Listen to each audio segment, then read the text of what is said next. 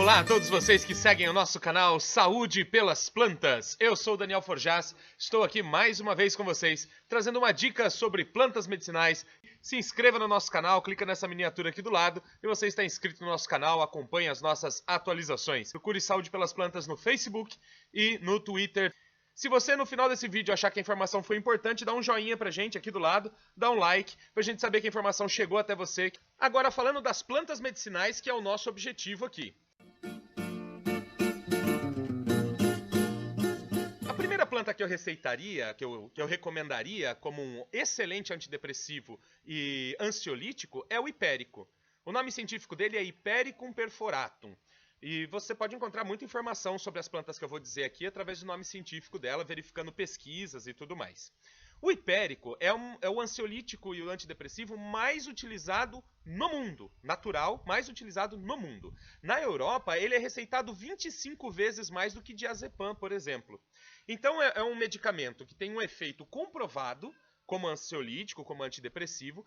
O hipérico, ele diminui a ansiedade, diminui a irritabilidade, melhora o humor, melhora significativamente a qualidade do sono de quem está com ansiedade, que normalmente entra numa insônia também. Evita, por exemplo, enxaquecas, auxilia na regulação do apetite, reduz um pouco a libido e auxilia nos sintomas da TPM. Então, algumas mulheres que sofrem de ansiedade e depressão por conta da TPM, o hipérico pode ser um excelente medicamento para superar esse problema. O hipérico ainda apresenta pouquíssimos efeitos colaterais. Somente no caso de superdosagem, quando a pessoa exagera a quantidade a ser tomada, é que realmente o hipérico causa alguns transtornos, alguns efeitos colaterais. Mas são efeitos colaterais que passam muito rápido, como dor de cabeça, como enjoo.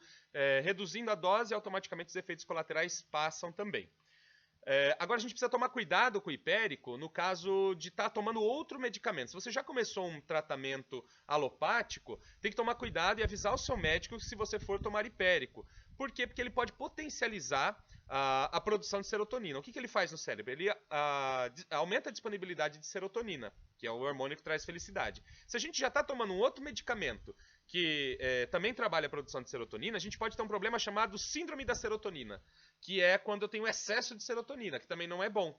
Aí eu entro em euforia, eu posso ter dor de cabeça, posso até ter convulsão pelo excesso de produção de serotonina. Então, se você já toma um medicamento para tratar depressão e ansiedade, sempre comunique o seu médico se você for tomar qualquer planta medicinal, para que ele avalie se há ou não o risco da síndrome da serotonina também. O hipérico não é recomendado o uso dele para gestantes e para lactantes. Então, mulheres que estão amamentando ou que estão grávidas não devem tomar o hipérico. E no caso de crianças, o hipérico também não é recomendado, somente com acompanhamento médico para tomar o hipérico. Normalmente você encontra o hipérico com facilidade em farmácias de manipulação, em casas especializadas em produtos naturais, na forma de cápsulas. Você pode tanto mandar manipular as cápsulas, como já tem composições prontas que você pode consumir com facilidade. A segunda planta aqui da qual eu vou falar é a valeriana. O nome científico dela é Valeriana officinalis. A gente usa as raízes da valeriana e normalmente se você já encontra, não é uma planta comum no Brasil, você já encontra ela na forma de pó em cápsulas. Então nas farmácias de manipulação, nas casas de produtos naturais especializadas, você encontra a valeriana já em cápsulas para comprar, ou algumas vezes encontra tintura de valeriana, que é a composição dela com álcool, que você vai pingar na água para tomar também. É uma alternativa de fácil consumo da valeriana. A valeriana é promotora do sono, então pessoas que por conta da ansiedade ou da depressão não conseguem dormir, ela é promotora do sono, ela é relaxante e ansiolítica. Ela tem poucos efeitos colaterais também e só no caso de superdosagem. Então essas plantas que eu trago para vocês são essas duas primeiras, hipérico e valeriana, tem poucos efeitos colaterais e só aparecem no caso de superdosagem também. Então ela pode causar tontura, dor de cabeça, náusea, enjoo, no caso da superdosagem, mas reduzindo a dose ou parando o consumo, esses sintomas passam também sem problema nenhum. A valeriana não é recomendada para gestantes nem para lactantes, do mesmo jeito que o hipérico. Não deve ser usado por crianças abaixo de 3 anos. As crianças mais velhas podem utilizar a valeriana, então crianças que têm muita agitação e tal, mas sempre com acompanhamento do pediatra. O pediatra tem que saber que a criança está tomando para verificar a dosagem adequada de acordo com a idade e com o peso da criança. Outra questão importante a ser avaliada com relação ao consumo da valeriana é que pessoas que, por exemplo, vão dirigir, vão fazer viagens longas, não podem tomar valeriana, porque ela retira um pouco da concentração e pode causar sonolência. Pessoas que vão operar máquinas pesadas, como operadores de retroescavadeira, de empilhadeira, não devem utilizar a valeriana também por conta da sonolência que ela pode causar. E no caso, por exemplo, do uso de álcool ou drogas, o efeito sedativo dela pode ser muito potencializado e nesse caso também não é recomendado. Então se você vai a uma festa e vai beber, vai consumir álcool, não tome valeriana nesse dia, porque os efeitos podem ser potencializados e você pode ter efeitos colaterais que não são desejados.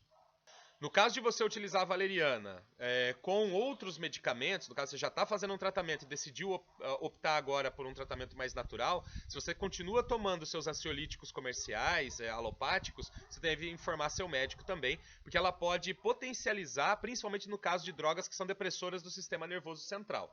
Agora, a valeriana ela é bem indicada para o tratamento de idosos, no caso de idosos que sofrem de ansiedade, mesmo de depressão. O uso da valeriana é muito indicado no caso de idosos, claro, sempre com acompanhamento médico. A próxima erva que eu vou falar para vocês, a próxima planta medicinal, é a cava-cava. A cava-cava, o nome científico dela é Piper metisticum, e ela foi muito falada nesses últimos tempos. Muita gente estava usando cava-cava como ansiolítico e tudo mais. O problema é que a cava-cava é uma planta relativamente tóxica. Ela não pode ser usada por períodos maiores do que 30 dias. Se você usar a planta por um tempo prolongado, você vai acabar tendo problemas do fígado. Até por conta disso, pessoas que têm problemas hepáticos, ou seja, têm doenças do fígado, não devem usar de jeito nenhum a cava-cava, porque pode piorar muito o quadro da pessoa. Então você só vai usar a cava-cava no caso de um caso agudo ali, numa situação em que eu tenho uma depressão que acontece agora, eu vou tomar a cava-cava e vou sair dela. Ou no caso da ansiedade, eu tenho ansiedade eventual, então eu tomo a cava-cava para sair dessa ansiedade. Mas não posso tomar a cava-cava um ano ou períodos muito longos, porque vai trazer problemas para o fígado. A cava-cava, assim como todas as plantas que têm ação sobre o sistema nervoso central, que são ansiolíticas e antidepressivas, não devem ser usadas nem por gestantes, nem por mulheres em fase de amamentação. E também não são indicadas, a cava-cava não é indicada para o uso por crianças. Mas a cava-cava é eficiente no que ela faz. Ela é muito boa no caso de ansiedade, de agitação, de insônia. Ela é um calmante, um relaxante muito interessante. Ela promove o sono para pessoas que estão sofrendo de insônia por causa da ansiedade. Ela promove o sono e tem grande efeito sedativo. Então, pessoas que estão passando por estresse muito grande, a cava-cava tem um efeito sedativo muito interessante. Uma coisa que precisamos observar é que o consumo da cava-cava com álcool não é recomendado, porque o álcool potencializa a toxicidade da cava-cava. Nós dissemos que a cava-cava atua sobre o fígado, prejudicando, podendo causar problemas do fígado.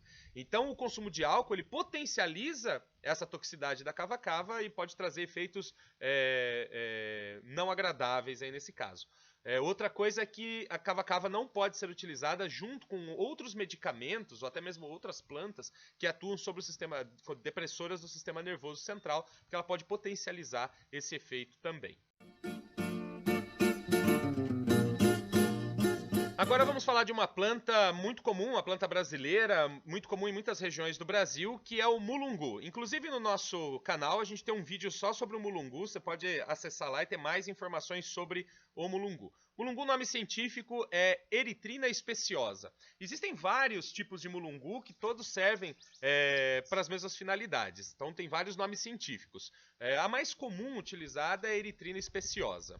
O mulungu é um antidepressivo natural e tem ação comprovada, já tem muitos estudos sobre o uso do mulungu. Tem uma ação sedativa sobre o sistema nervoso central, então pessoas que estão passando por agitação, estresse, um momento estressante da vida, até perdendo sono e tudo mais, o mulungu pode ser muito interessante nesses casos.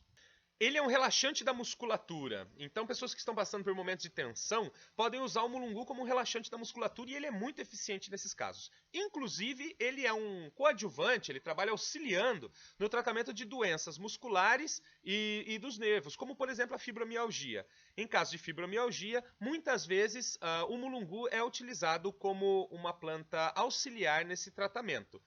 O legal do mulungu é que ele proporciona o sono, né? Como calmante, sedativo, ele proporciona o sono. Mas ele proporciona esse sono sem causar dependência da pessoa. Muitos medicamentos comerciais existentes hoje que proporcionam sono, o problema deles é que eles a gente se torna dependente do uso deles. É como uma droga mesmo. E o mulungu, ele não causa dependência nas pessoas. Então isso é muito interessante no uso do mulungu. O efeito dele é bem semelhante ao do diazepam.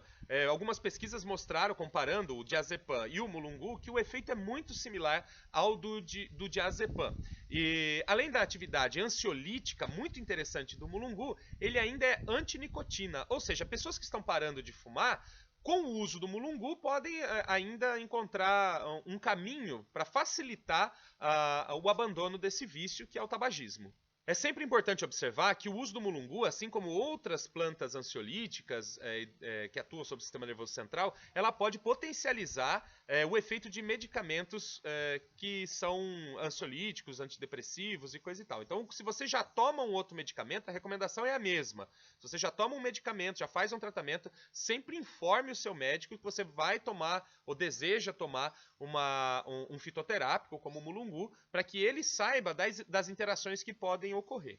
O mulungu ele não deve ser utilizado junto com pessoas, por exemplo, que são hipertensas, que tomam medicamento para hipertensão. O mulungu não deve ser tomado junto com os hipertensivos, porque ele pode potencializar a ação também dos hipertensivos. E se você tem pressão baixa, não deve tomar mulungu, porque ele vai baixar também, ele é hipotensor, ele pode baixar mais ainda a sua pressão. Então, no caso de pessoas que tomam antihipertensivos ou pessoas que têm a pressão baixa, não é recomendado o uso do mulungu. Não é recomendado o uso por gestantes, por lactantes e por crianças, principalmente crianças menores do que 6 anos, tá? Se a criança precisa tomar um ansiolítico por causa de uma agitação, de uma hiperatividade, tem que ter o acompanhamento do pediatra, do terapeuta. O mulungu, tomado em excesso, né, então uma dose muito alta de mulungu, pode causar paralisia muscular temporária. Então, em alguns casos que a pessoa excede muito a dose, pode acontecer alguma paralisia muscular, mas isso também para quando você para o uso do mulungu. Então, se você está usando o mulungu e teve paralisia muscular, você para com o uso do mulungu e esse efeito passa também rapidamente.